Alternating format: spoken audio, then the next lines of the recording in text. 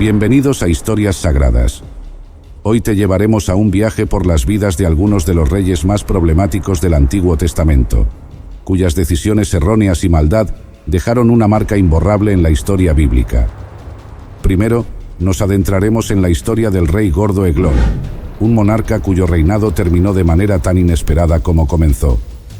Luego, exploraremos la trágica historia del rey Saúl, quien, consumido por la envidia y el orgullo, hizo un desafío sin igual, un acto que reveló su descenso hacia la locura. Finalmente, conoceremos al rey Nabucodonosor, cuyo orgullo desmedido lo llevó a una caída impresionante y un castigo divino que transformó su vida para siempre. Estos relatos nos muestran cómo el poder mal manejado y la desobediencia a Dios pueden llevar a la ruina, no solo a los reyes, sino a sus reinos enteros. Acompáñanos y descubre cómo estos reyes enfrentaron las consecuencias de sus actos. ¿Conoces cómo Dios castigó a estos reyes? No te lo pierdas.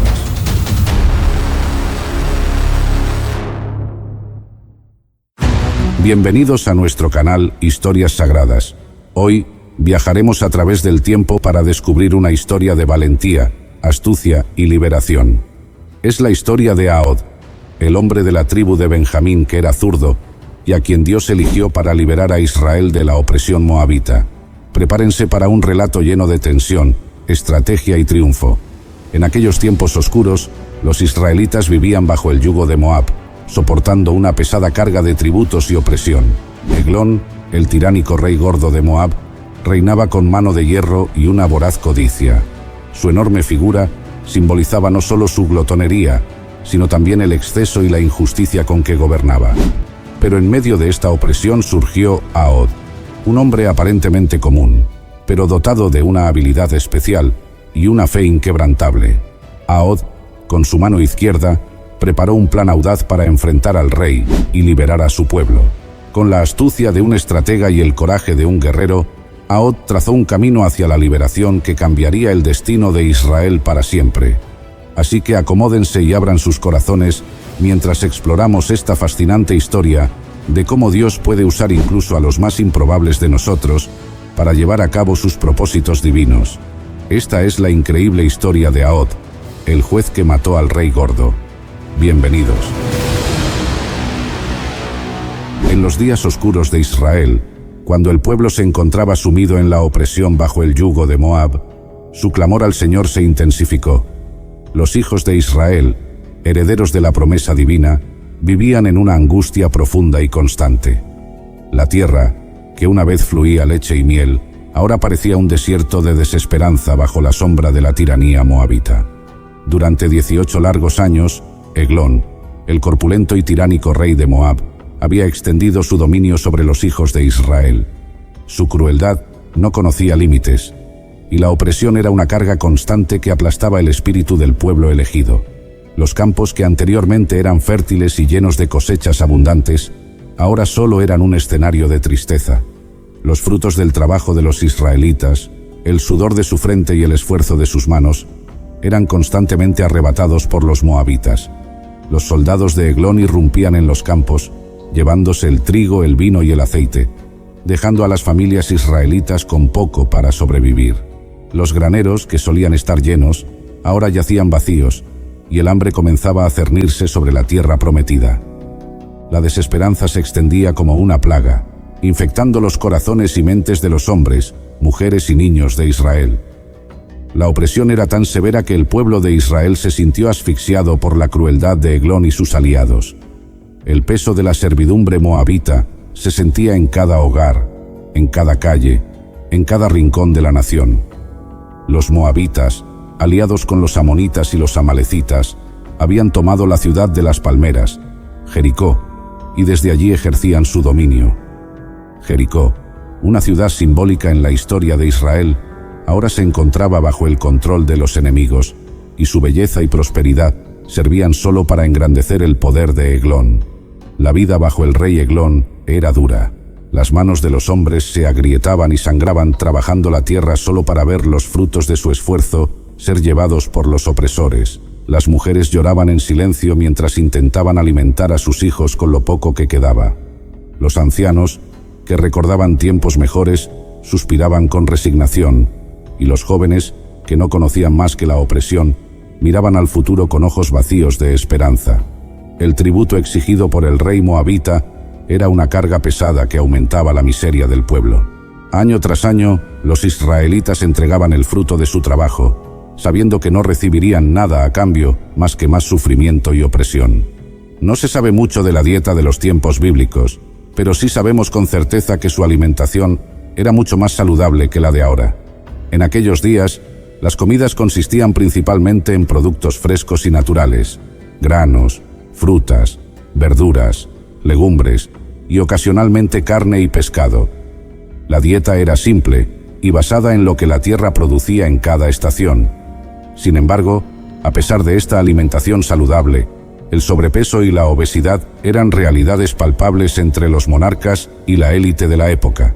Estos individuos, a diferencia del pueblo común, tenían acceso a banquetes abundantes y festines constantes, llenos de delicias y manjares que no conocían restricciones. Eglón, el rey gordo de Moab, es un claro ejemplo de esto. Mientras el pueblo de Israel languidecía bajo el yugo de la opresión, enfrentando la escasez y el hambre, Eglón reinaba sin preocupaciones, rodeado de lujos y exceso. Su palacio era un símbolo de opulencia, donde los banquetes eran una rutina diaria. Grandes cantidades de alimentos eran presentadas ante él: carnes asadas, panes recién horneados, frutas exóticas y vinos finos llenaban su mesa.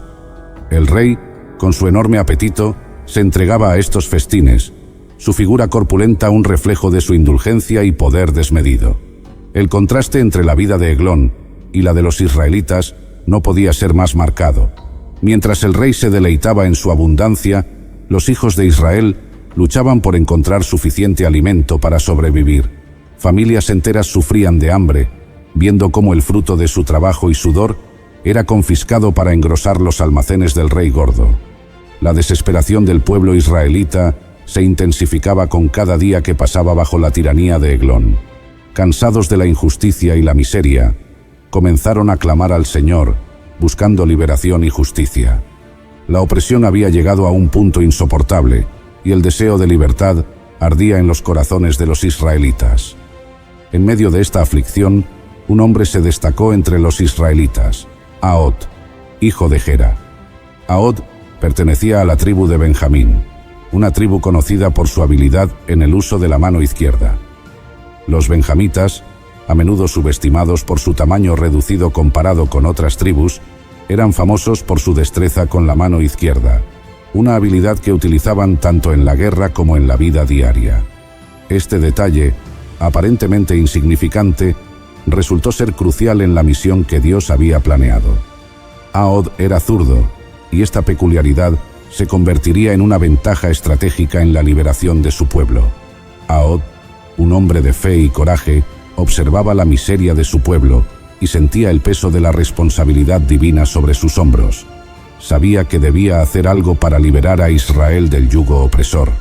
Su habilidad con la mano izquierda no solo era una rareza, sino un don que Dios había preparado para un propósito mayor. Mientras los demás veían en su habilidad una simple peculiaridad, Ahod entendía que era una herramienta en las manos del Creador. Un día, los israelitas, cargados de tributos y con corazones pesados por la opresión constante, se prepararon para enviar la exigida ofrenda anual al rey Eglón, que era bastante gordo.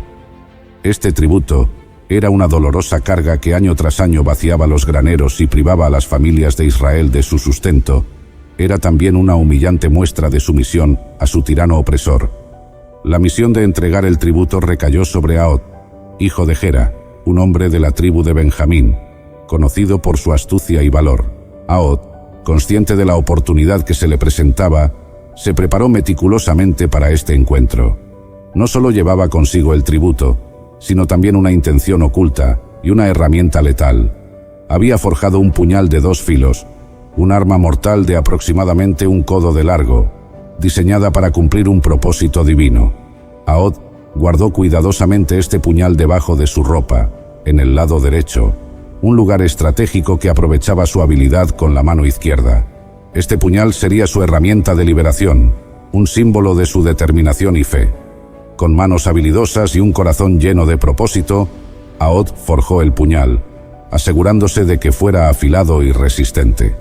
Lo ocultó bajo su vestidura, en el muslo derecho, un lugar que nadie sospecharía, especialmente porque Aod era zurdo. Este detalle era crucial, ya que los guardias de Eglon no esperarían que un hombre armado con la mano izquierda llevara un arma en el lado opuesto. Los controles de seguridad en la corte de Eglon eran muy estrictos, y los guardias revisaban cuidadosamente a cualquiera que se acercara al rey. Sin embargo, acostumbrados a revisar el lado izquierdo de los visitantes, nunca se les ocurrió que un arma pudiera estar oculta en el muslo derecho de un zurdo. Este error sería su perdición y la ventaja decisiva de Aod. El viaje a Jericó, la ciudad de las palmeras, fue largo y lleno de pensamientos y oraciones. Aod sabía que cada paso lo acercaba a un momento decisivo, un momento que podría cambiar el destino de su pueblo. Cuando finalmente llegaron a la imponente residencia de Eglon, Aod y su grupo de portadores presentaron el tributo al rey con el debido respeto y sumisión que la situación demandaba. Eglon, el rey gordo, satisfecho y complacido con la riqueza presentada, no sospechó nada y permitió que los israelitas se retiraran en paz. Después de cumplir con la entrega del tributo, Aod y sus compañeros se alejaron de la opulenta corte de Eglon, aparentando una retirada tranquila y sin incidentes. Sin embargo, una vez fuera de la vista del rey y sus guardias, Aod tomó una decisión crucial. En su mente, un plan se formaba con claridad, un plan que había sido inspirado por su fervorosa fe y la necesidad imperiosa de liberar a su pueblo. Con determinación, decidió regresar al palacio, esta vez solo, para llevar a cabo la parte más peligrosa y decisiva de su misión. Aod, con la confianza que le daba su preparación y su propósito divino, regresó al palacio de Eglon y solicitó una audiencia privada con el rey. Los guardias, confiados por la reciente entrega del tributo y la aparente sumisión de los israelitas, permitieron su entrada. Aod, con un semblante serio y una voz firme, se acercó al corpulento rey y le dijo: «Tengo un mensaje secreto para su majestad, un mensaje de Dios».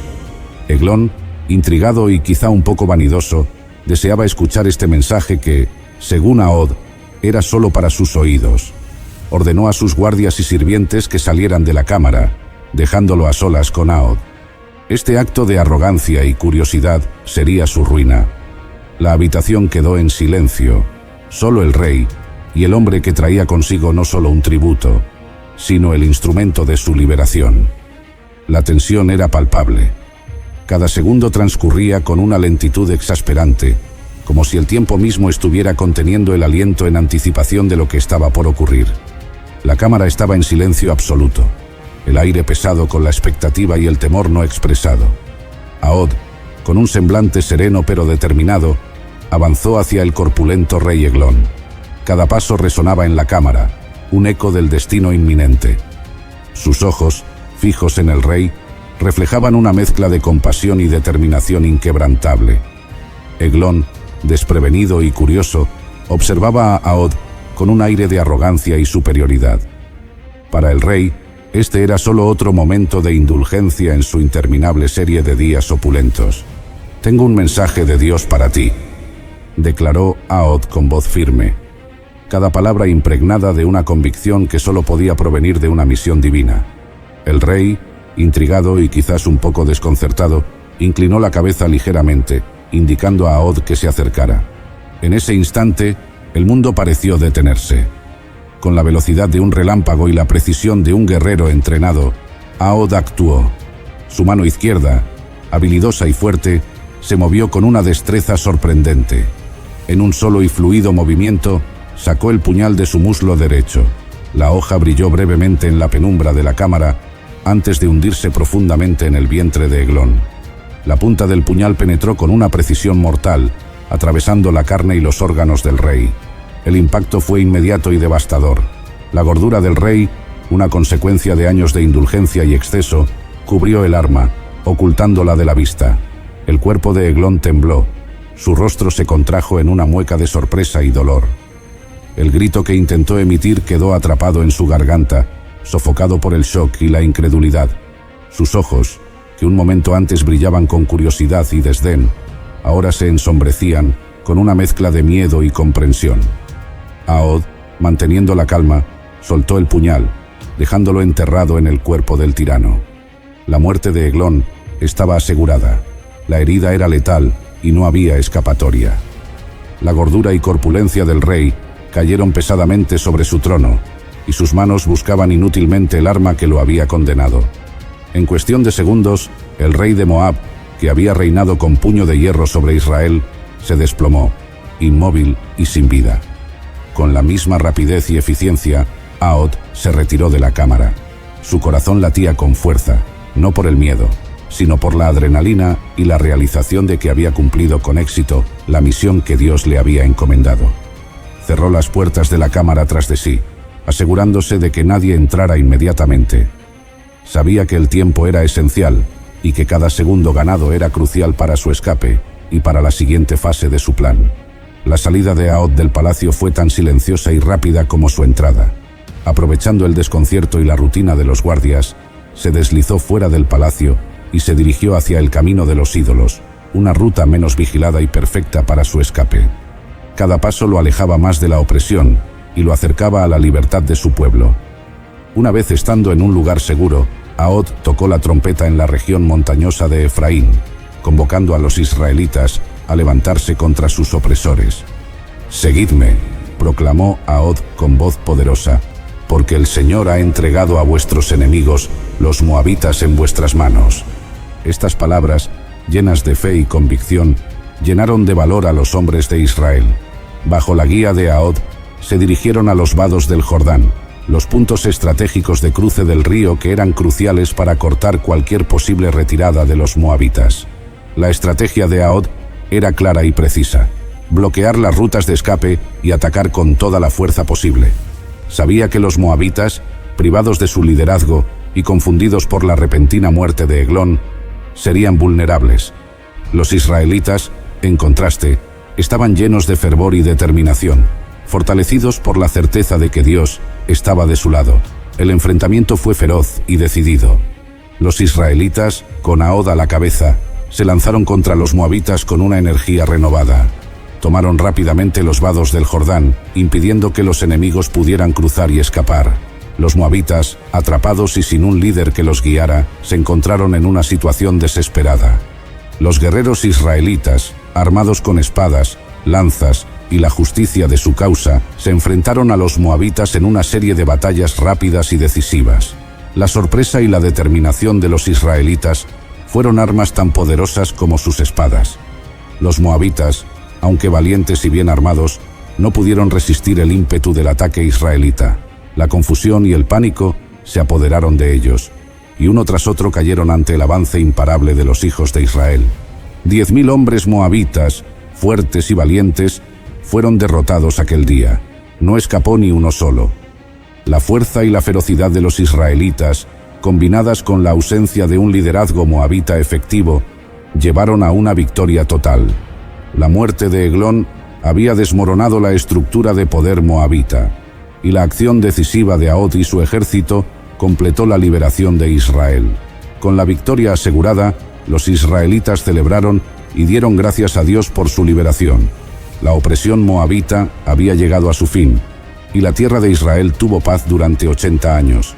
La victoria no solo significaba el fin del yugo opresor, sino también el comienzo de un nuevo período de prosperidad y tranquilidad para el pueblo elegido. Ahod, el benjamita zurdo, se convirtió en un héroe y un símbolo de la liberación que Dios había concedido a su pueblo. Su valentía y su fe demostraron que Dios puede usar a cualquier persona, sin importar sus peculiaridades, para llevar a cabo grandes obras. La historia de Ahod y la liberación de Israel se convirtieron en un testimonio perdurable del poder de la fe y la justicia divina. Hoy los invito a adentrarse en un relato lleno de valentía, estrategia y, sobre todo, la divina intervención de Dios en la vida de su siervo David.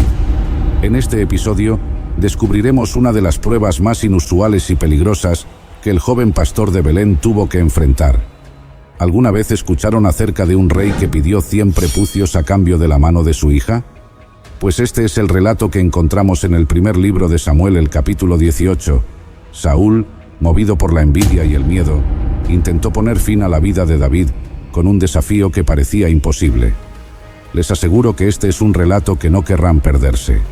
Comencemos. El viento del desierto susurraba entre las piedras del valle, mientras el sol se ocultaba tras las colinas de Judá, llenando el aire con un misterio inquietante. Las sombras se alargaban sobre la tierra prometida, envolviendo a Israel en una penumbra que no solo era física, sino también espiritual. Bajo el reinado de Saúl, el reino estaba en crisis. La envidia y el miedo habían corrompido el corazón del rey, y la traición se deslizaba silenciosamente por los pasillos de la corte, sembrando discordia y empujando a Saúl hacia la locura. En este sombrío escenario, David, el joven pastor de Belén, se erguía como un faro de esperanza. Después de haber derrotado al gigante Goliat, con su fe inquebrantable en Dios, David se había ganado el corazón de Israel. Aclamado por todos, desde los soldados hasta las mujeres que cantaban en las calles, su victoria no solo había salvado a la nación de la humillación, sino que también había convertido a David en el héroe en quien todo el reino depositaba sus esperanzas. Pero ahora, David se encontraba en una encrucijada que ningún arma terrenal podría resolver.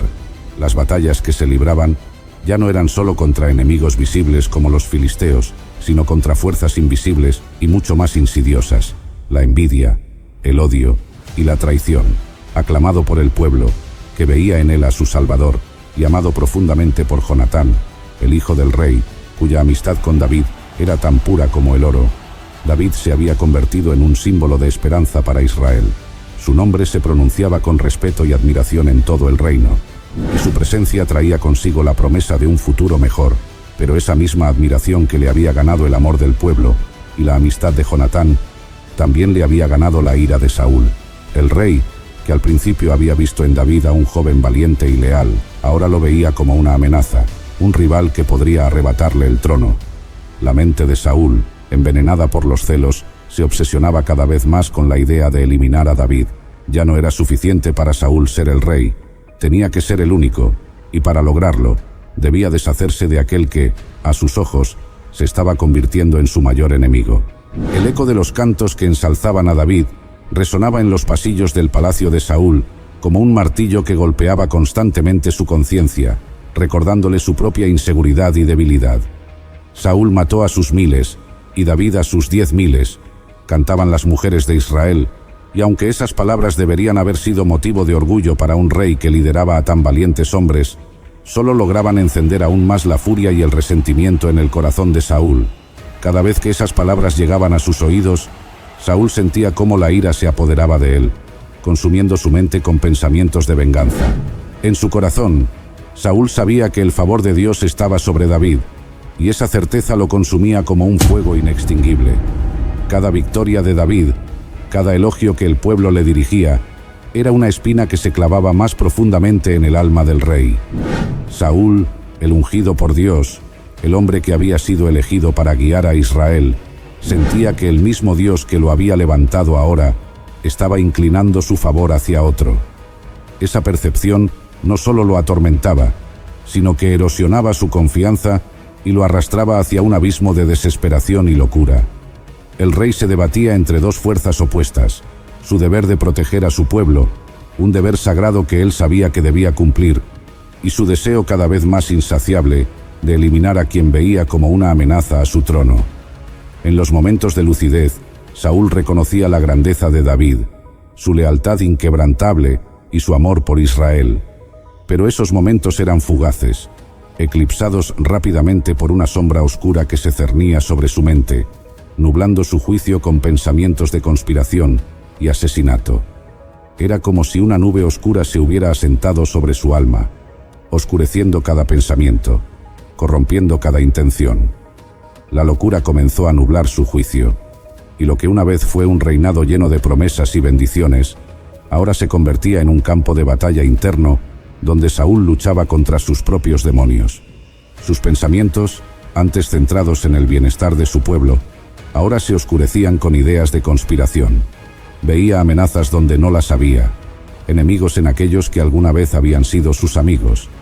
La paranoia se apoderó de su mente, enredándola en una maraña de celos y miedo.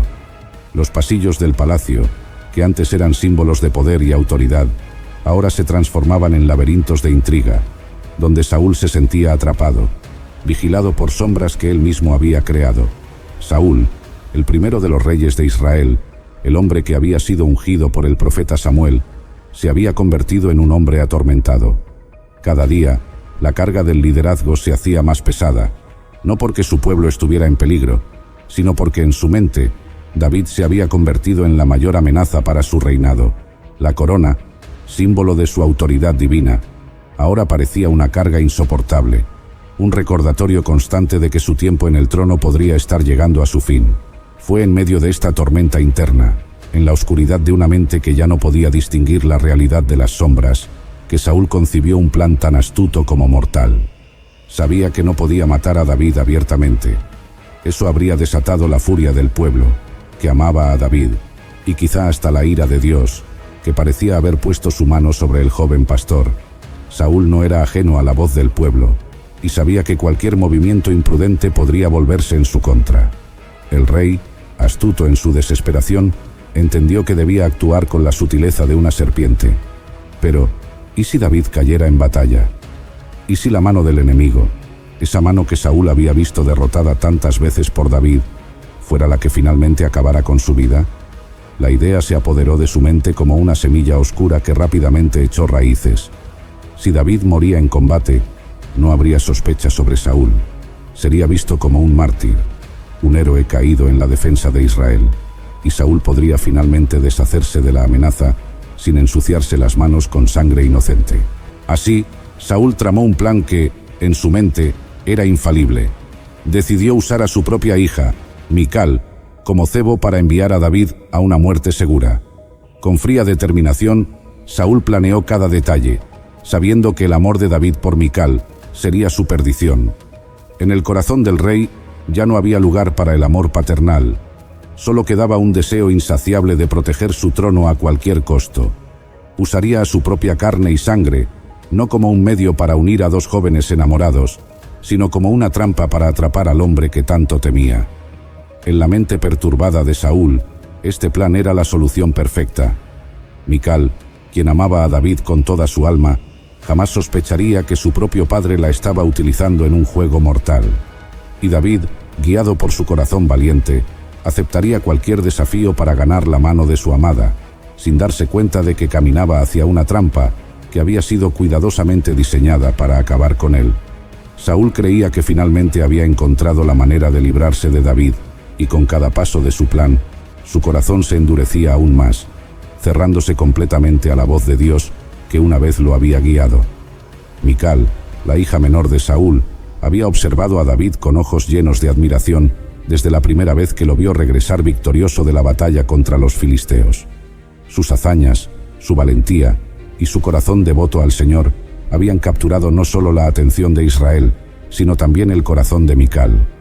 Para ella, David no era solo un héroe, era el hombre en quien veía reflejados todos sus sueños, el guerrero que, con su fe y su fuerza, podía proteger y guiar a Israel hacia un futuro glorioso.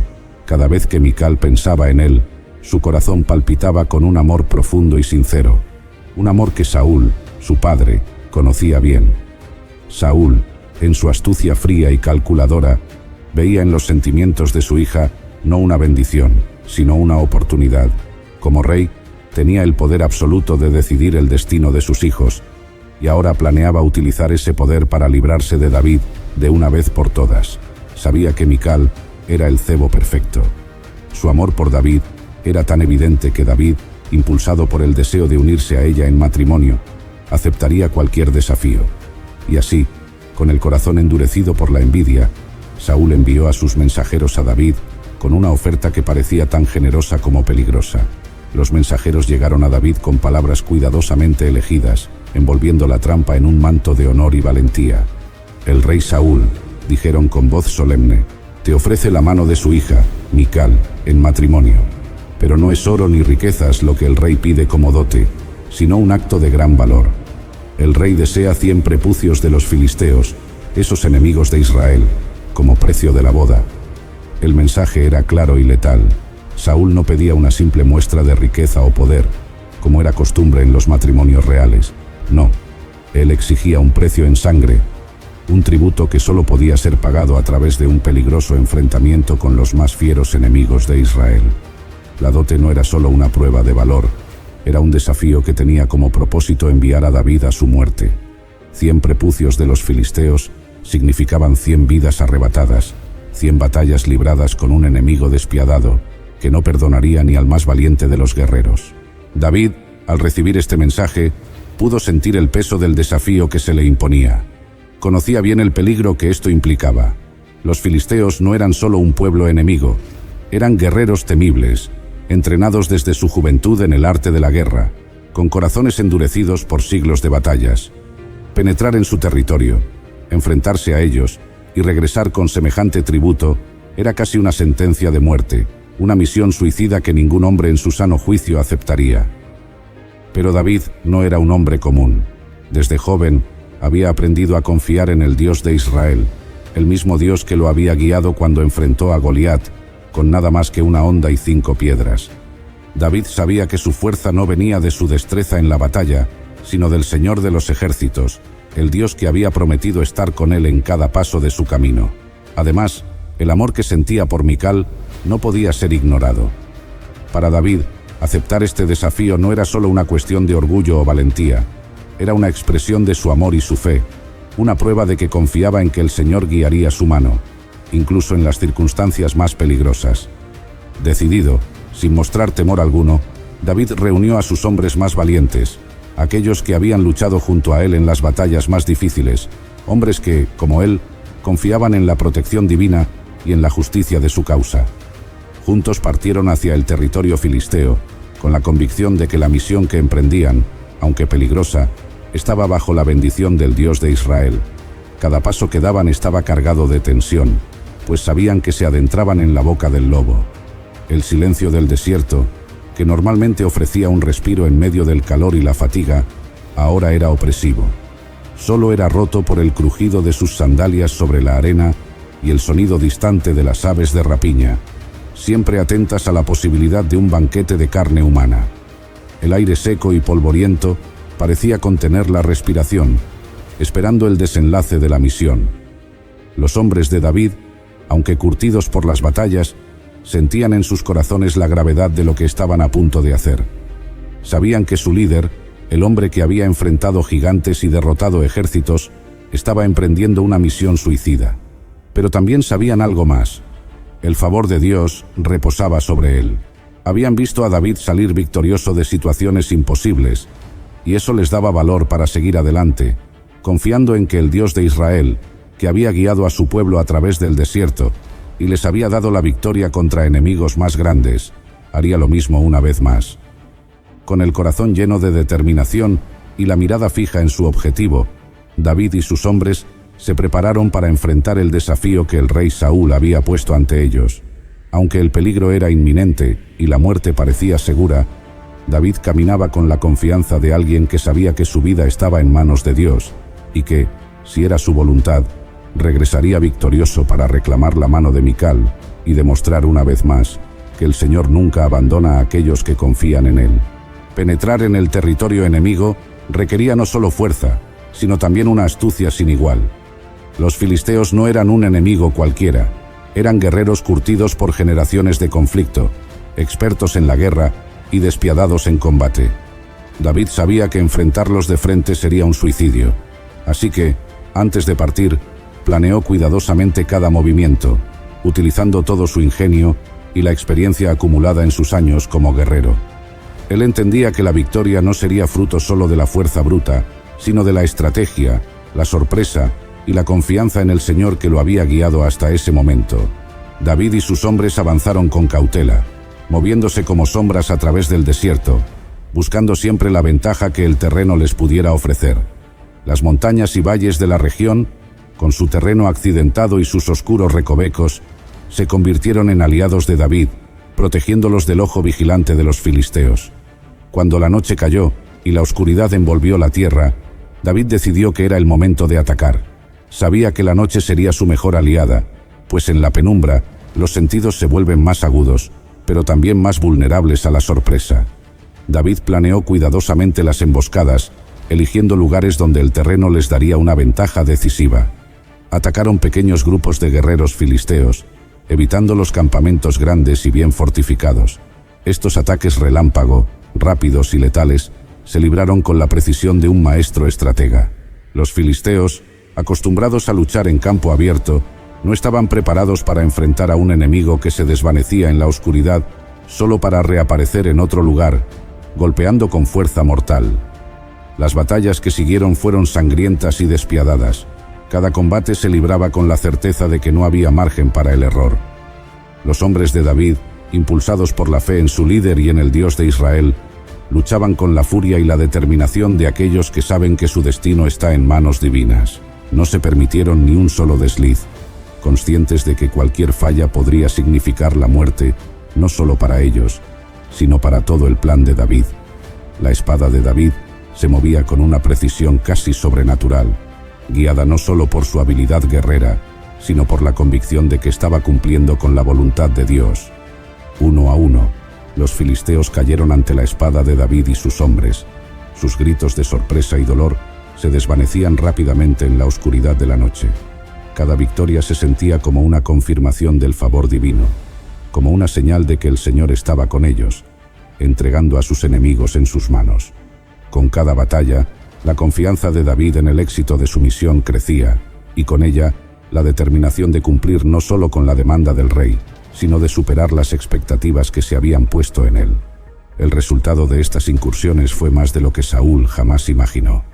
David no solo cumplió con la demanda del rey, sino que fue más allá de lo que se le había pedido. Con gran valentía y determinación, David regresó no con 100, sino con 200 prepucios de los filisteos, un trofeo que no solo demostraba su destreza en la batalla, sino también que el Señor había entregado a sus enemigos en sus manos. David no se contentó con cumplir, él buscó demostrar que cuando Dios está con uno, no hay desafío demasiado grande, ni enemigo demasiado fuerte.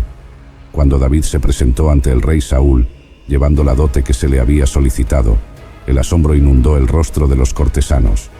Aquellos que conocían bien las intenciones de Saúl quedaron perplejos, preguntándose cómo era posible que David hubiera logrado semejante hazaña.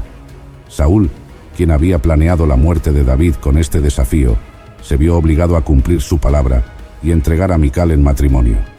Pero mientras los presentes celebraban la valentía de David, en el corazón de Saúl solo crecía el odio y el temor. El rey sabía que David era más que un guerrero. Era el elegido de Dios, y eso lo aterraba. Saúl comprendió que no importaba cuántas trampas tendiera, ni cuántos planes urdiera, la mano de Dios estaba sobre David, y eso lo convertía en un rival que no podía derrotar por medios humanos.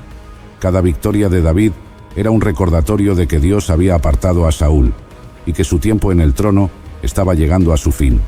Este episodio, tan lleno de intriga, valor y la mano guiadora de Dios, no solo es un testimonio de la protección divina sobre David, sino también un recordatorio de que los planes de los malvados nunca podrán prevalecer contra aquellos que caminan bajo la sombra del Todopoderoso.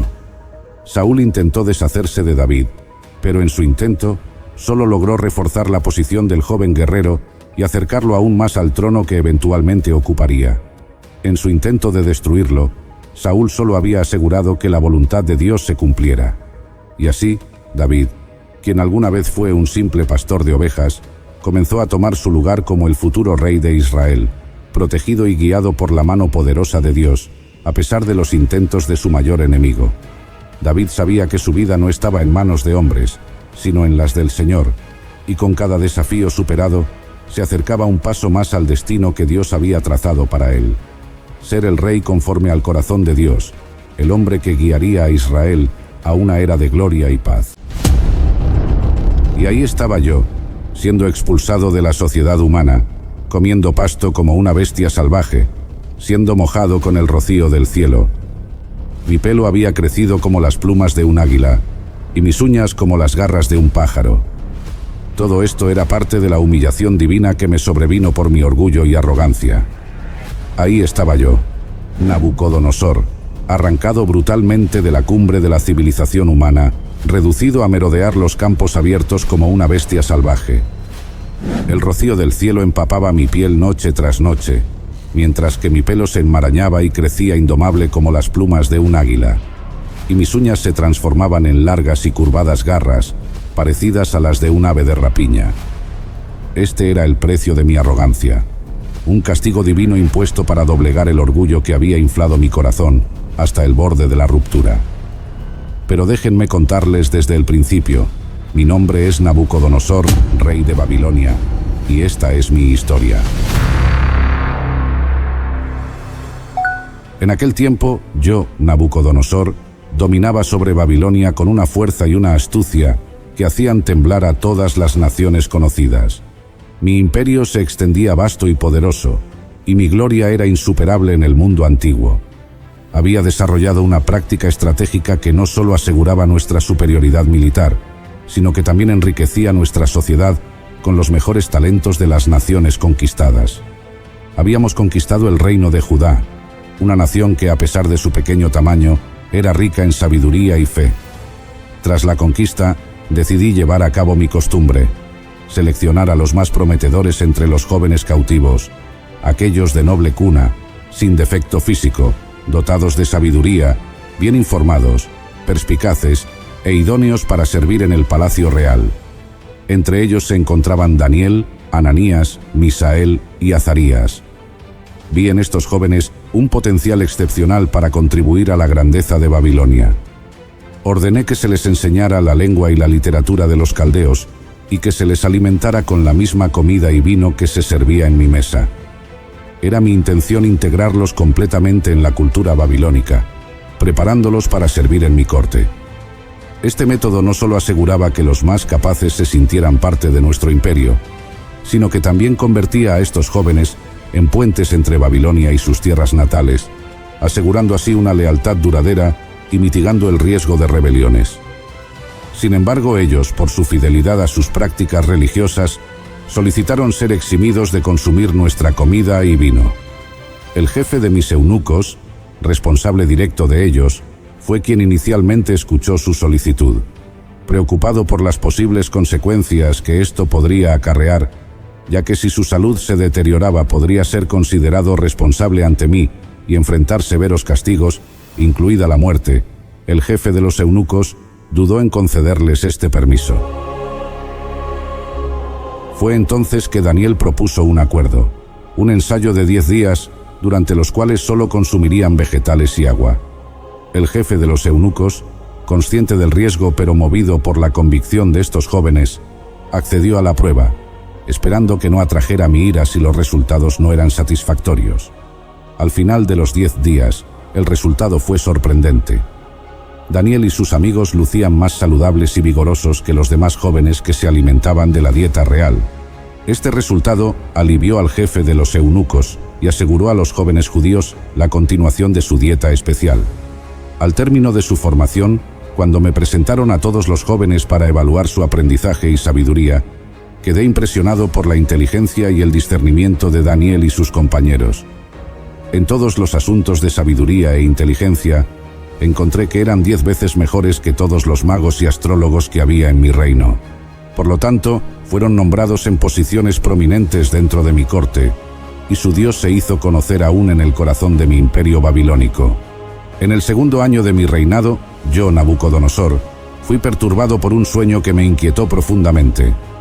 A diferencia de simplemente olvidar el contenido del sueño, estaba completamente consciente de su significado profundo y decidí poner a prueba a los sabios de Babilonia. Convoqué a magos, astrólogos, encantadores y caldeos y les planteé un desafío sin precedentes. No solo debían interpretar el sueño, sino que también debían decirme qué había soñado. Mi intención era asegurarme de la autenticidad y precisión de la interpretación, pues solo si podían revelar el sueño en sí, confiaría en que su interpretación era verdadera. Los sabios se encontraron ante una tarea imposible, ya que tal demanda nunca se había hecho antes. Su incapacidad para cumplir con mi pedido me llevó a la ira, y ordené la ejecución de todos los sabios de Babilonia por su aparente incompetencia. Al enterarse de este decreto, Daniel solicitó tiempo al capitán de la Guardia Real, prometiéndole que podría cumplir con la tarea. Se le concedió tiempo, y él, junto con sus amigos, oraron a su Dios por misericordia y revelación del misterio. Durante la noche, el misterio del sueño fue revelado a Daniel en una visión. Cuando Daniel fue traído ante mí, empezó por aclarar que ningún sabio, astrólogo o mago podría haber revelado este secreto, pero que había un Dios en el cielo capaz de revelar misterios. Daniel procedió a describir mi sueño y a interpretarlo con precisión. Describió la estatua imponente y brillante, con una cabeza de oro, el pecho y los brazos de plata, el vientre y los muslos de bronce, y las piernas y los pies con una mezcla de hierro y barro cocido. Al final del sueño, una piedra, no cortada por manos humanas, destruía la estatua y se convertía en una montaña que llenaba toda la tierra. Explicó que la estatua representaba varios reinos comenzando con el mío, simbolizado por la cabeza de oro. Los reinos sucesivos serían inferiores hasta que, finalmente, Dios establecería un reino eterno que nunca sería destruido. Impresionado y convencido de la autenticidad del don divino de Daniel, caí postrado ante él y ordené que le ofrecieran ofrendas e incienso. Reconocí públicamente la grandeza del Dios de Daniel, elevándolo a posiciones de alto rango en mi reino y designando a sus amigos sobre los asuntos de la provincia de Babilonia. A través de este evento, quedó claro que el Dios de Daniel era un revelador de misterios y señor de reyes, un poder supremo que incluso yo, Nabucodonosor, debía reconocer y respetar. En aquel tiempo decidí, Nabucodonosor, construir una estatua monumental de oro puro. Esta estatua se erigió en la llanura de Dura, en la provincia de Babilonia, y medía 27 metros de altura y 2.7 metros de ancho. Era un símbolo de la autoridad y el poder que mi reino ostentaba sobre todas las naciones y pueblos que habían caído bajo mi dominio. Convocados a la ceremonia de dedicación estaban todos los oficiales de alto rango del imperio, sátrapas, prefectos, gobernadores, consejeros, tesoreros, jueces, magistrados y todos los gobernadores de las provincias. Un heraldo proclamó que al oír el son de la bocina, de la flauta, del tamboril, del arpa, del salterio, de la zampoña y de todo instrumento de música, os postréis y adoréis la estatua de oro que el rey Nabucodonosor ha levantado. Y cualquiera que no se postre y adore, inmediatamente será echado dentro de un horno de fuego ardiendo. Por lo cual, al oír todos los pueblos el son de la bocina, de la flauta, del tamboril, del arpa, del salterio, de la zampoña y de todo instrumento de música, todos los pueblos, naciones y lenguas se postraron y adoraron la estatua de oro que el rey Nabucodonosor había levantado. Sin embargo, 3 jóvenes judíos, Sadrac, Mesac y Abednego, que ocupaban cargos administrativos en Babilonia, decidieron no cumplir con el mandato. Al enterarme de su desobediencia por la acusación de algunos caldeos, mi ira se encendió. Los hice traer ante mí y les ofrecí una última oportunidad para rendir culto a la estatua, desafiándolos sobre qué Dios podría liberarlos de mi mano. Ellos respondieron con determinación que su Dios era capaz de rescatarlos del horno de fuego, y que incluso si no lo hacía, no adorarían la imagen que había levantado. Enfurecido por su intransigencia, ordené que se calentara el horno 7 veces más de lo usual, y mandé a los soldados más fuertes de mi ejército que ataran a los jóvenes y los arrojaran dentro. El horno estaba tan caliente que las llamas mataron a estos soldados mientras ejecutaban la orden. A pesar de la intensidad del fuego, ocurrió un milagro. Vi 4 hombres libres y sin ataduras caminando dentro del horno, sin sufrir daño alguno, y la apariencia del cuarto era como la de un hijo de los dioses. Asombrado, me acerqué al horno y llamé a Sadrac, Mesac y Abednego para que salieran. Al salir, todos los presentes pudieron ver que el fuego no había tenido ningún poder sobre sus cuerpos. No había rastro de quemaduras en ellos, ni sus cabellos estaban chamuscados, ni sus ropas alteradas, ni siquiera olían a fuego. Esto me llevó a proclamar la grandeza de su Dios, quien había enviado a su ángel para librar a sus siervos que, confiando en él, desafiaron la orden del rey y estuvieron dispuestos a morir antes que servir o adorar a cualquier dios, excepto al suyo. Por lo tanto, emití un decreto en todo el imperio para que nadie hablara mal del Dios de Sadrac, Mesac y Abednego. Los promoví a posiciones aún más altas en Babilonia reconociendo así el poder soberano de su Dios y la fidelidad inquebrantable de estos jóvenes. Este evento marcó no solo un testimonio del poder divino, sino también un recordatorio de la existencia de una autoridad más alta que la mía. Un día cualquiera estaba en paz en mi casa y floreciente en mi palacio cuando tuve un sueño que me atemorizó. En mi sueño vi un árbol en medio de la tierra, cuya altura era grande. El árbol creció y se hizo fuerte. Su altura alcanzaba hasta el cielo y era visible hasta los confines de la tierra. Sus hojas eran hermosas, su fruto abundante, y en él había alimento para todos. Las bestias del campo hallaban sombra bajo él, y las aves del cielo moraban en sus ramas, y todo ser viviente se alimentaba de él. Vi en las visiones de mi cabeza mientras estaba en mi cama, que un vigilante, un santo, descendía del cielo. Clamó fuertemente y dijo así: derriben el árbol y corten sus ramas, despojen de sus hojas y esparzan su fruto, que las bestias huyan de debajo de él y las aves de sus ramas. Sin embargo, dejen en la tierra el tronco con sus raíces, con una atadura de hierro y bronce, entre la hierba del campo. Sea mojado con el rocío del cielo, y su porción sea con las bestias en la hierba de la tierra. Cambie su corazón de hombre, y le sea dado corazón de bestia, y pasen sobre él 7 tiempos. Confundido y aterrado por el sueño, llamé a todos los sabios de Babilonia para interpretarlo, pero ninguno pudo hacerlo. Finalmente, Daniel, llamado Beltsasar, según el nombre de mi Dios, quien poseía el espíritu de los santos dioses, fue traído ante mí. Le relaté el sueño, y después de algún tiempo, él, aunque perturbado, interpretó que el árbol era yo. Me advirtió que sería apartado de los hombres y viviría con las bestias del campo, comiendo hierba como los bueyes y siendo mojado con el rocío del cielo, hasta que reconociera que el Altísimo tiene dominio sobre el reino de los hombres y lo da a quien él desea. Daniel me aconsejó que rompiera con mis pecados mediante la justicia y con mis iniquidades mostrando misericordia a los pobres. Tal vez así mi prosperidad sería prolongada. Sin embargo, no tomé en serio la advertencia. Al cabo de 12 meses, mientras paseaba por el palacio de Babilonia, hablé con arrogancia de cómo yo había construido esta gran ciudad como residencia real, por la fuerza de mi poder y para la gloria de mi majestad. Justo en el momento en que mi orgullo alcanzaba su cenit, cuando me regodeaba ante la majestuosidad de Babilonia y proclamaba cómo la había construido con mi propio poder para mi propia gloria, una voz penetrante y sobrenatural cayó del cielo. La voz declaró firmemente que el decreto divino sobre mí se había cumplido. Este momento fue un punto de inflexión dramático, marcando el inicio de una humillación profunda y transformadora. Fui expulsado de entre los hombres, no por un ejército enemigo, ni por una revuelta interna, sino por la voluntad del Altísimo. Mi estado cambió radicalmente. De reinar en un palacio a vagar desorientado en los campos abiertos. Comencé a comer hierba como los bueyes, un acto que simbolizaba mi caída completa de la gracia y la dignidad humanas. Mi mente se había oscurecido, y mi raciocinio humano fue reemplazado por el instinto primitivo de una bestia.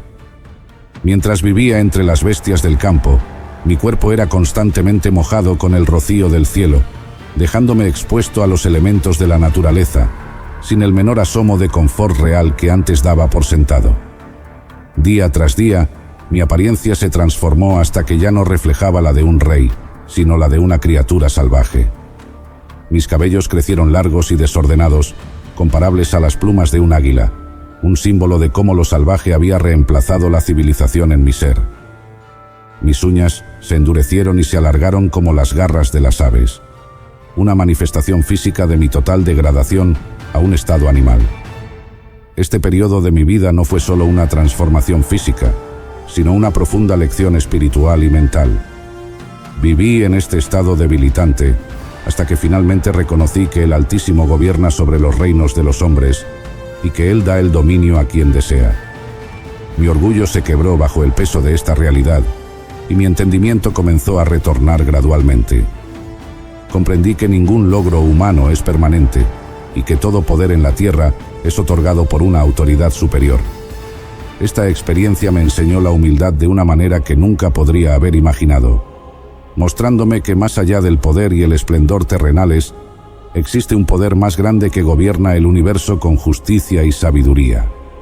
Al final de este duro periodo, cuando mi razón fue restaurada, volví a mi reino transformado, no solo en mente, sino en espíritu, dispuesto a gobernar con un nuevo respeto por la soberanía divina y una comprensión más profunda de mi propia fragilidad y la gracia de Dios.